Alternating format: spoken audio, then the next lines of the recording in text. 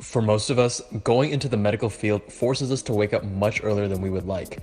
I'll share with you how I managed to regularly wake up at an ungodly hour and actually grew to like it. So, regardless of whether you're a morning person or a night owl, you'll likely have to wake up earlier than you're used to if you decide to go into the medical field.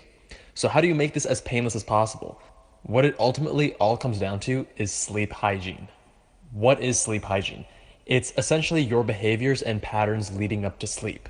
With good sleep hygiene, you're able to fall asleep faster and maintain high quality sleep. But I'm not going to go into a detailed breakdown of every aspect of sleep hygiene. You can find detailed guides elsewhere. Instead, I'm going to share with you what I found were the key factors into being able to help me wake up early, day after day, and not be miserable. First is consistency with your bedtime and your wake up time. I found that this was the most important factor in making this an easy process. First, determine what time you have to wake up in order to get to work on time. Then, subtract the number of hours of sleep you'll need. Ideally, we should be getting anywhere from 7 to 8 hours each night, but let's be honest, that can be a challenge during certain rotations. I personally was able to survive happily on 6 hours per night, but figure out what works best for you. Once you've determined your bedtime and wake up time, stick to that for every day that you're going in, which usually means 6 days per week. Even if some days you can go in an hour later, stick to your original schedule and use that extra time in the morning to get work done. This will make the entire chore of waking up early that much more bearable. I used to get to the hospital early and just pump out some Anki cards or get started on my reading for the day. More on this later. Now, technically, you should be doing this on weekends as well for optimal results, but you probably have some sort of semblance of a life you're trying to live, and sleeping at 9:30 p.m. and waking up at 3:30 a.m. is probably not how you want to spend your Fridays and Saturdays. That's totally okay. Just stick to it during the week. Along with having a consistent bedtime and wake up time, having a pre-bedtime routine will help train your body to wind down and get ready for sleep. For me, a warm shower followed by 10 minutes of meditation worked wonders. My mind used to race at night, and I know that's a common problem for a lot of you. Meditation and writing down any lingering thoughts or ideas essentially cured me of this problem. Limiting screen use before bedtime is a huge one. My own personal rule was no screen time 30 minutes before bed unless it was to set an alarm for the morning.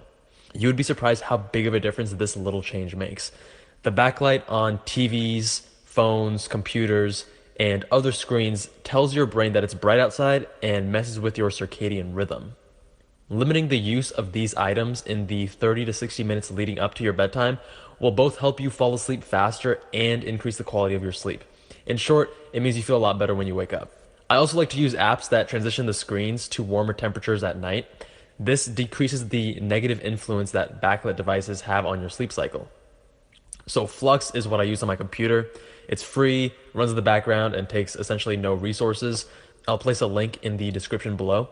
Every evening around sunset, it transitions to a warmer color temperature, meaning that the screen looks slightly yellow. As it gets later, it adjusts the temperature accordingly. For your mobile device, Night Shift on your iPhone or iPad allows you to do the same thing and is built into iOS 10. Next, find an alarm system that works for you. I use my smartphone as my alarm, as I'm sure most of you do as well. A few of my favorite alarm clock apps that I've used include Spin Cycle, which forces you to get up and spin in circles to turn off the alarm. Sleep Cycle Alarm Clock.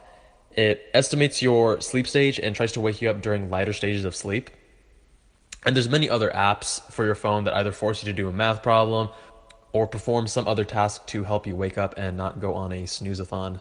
Wake up lights I also found extremely helpful. They essentially mimic sunrise to help tell your body it's time to get up. You can either use a wake up light, I'll put a link in the description below, or another smart lighting system. I personally use the Philips Hue lights, link in the description below, which I thought were amazing. This is actually a smart light bulb system that you can plug into regular light bulb sockets. So with the regular wake up light, it's basically a dedicated alarm clock that uses light to wake you up. But the reason I love the Hue lights is that I could program them to do exactly that in the morning, but then also have all the additional fun and useful features of having smart lights in my home. So another quick word on lighting. When you're sleeping, the room should be pitch black. Invest in blackout curtains if street light or daylight, depending on your sleep schedule, is creeping into your bedroom. you'll sleep that much better. Some other tips: avoid naps if possible or keep them short, like 15 or 20 minutes tops. Taking naps during the day decreases the sleep debt that is so necessary for natural sleep onset. Obviously, avoid stimulants in the late afternoon and evening. Caffeine late in the day will likely be more trouble than it is worth. Cooler temperatures are more conducive to sleep, so a little bit cooler is better than a little bit warmer when it comes to bedtime.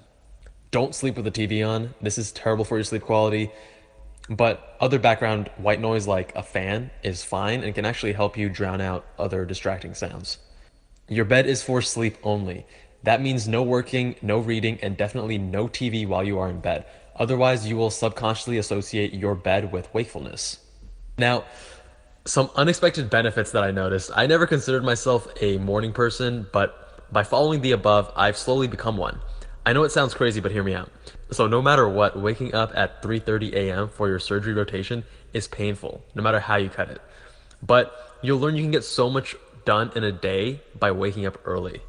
My productivity skyrocketed as I was fresh and had the energy to tackle my to-do list early in the morning. I could go through more Anki cards or get more reading done in the same amount of time. This also translated to me having less stress and pressure to get things done after I came back from the hospital, since so much was already done earlier in the day. There's a reason that countless prominent and successful figures highlight the importance of waking up early. Try it out for a couple of weeks yourself and see how it makes you feel. So, one last thing. I also found it helpful to set my alarm clock on the other end of the room to make sure I have to get up and couldn't just lie in bed constantly snoozing. But, and I know this sounds really cheesy, hopefully you decide on a specialty that actually makes you excited to go in every morning. I was fortunate enough to land on a specialty that cured me of my snoozathons because I was genuinely excited for the cases that day. If you haven't found that specialty yet, keep on looking. It is one of the most important decisions you'll be making since you're going to be doing it day in and day out for the rest of your career.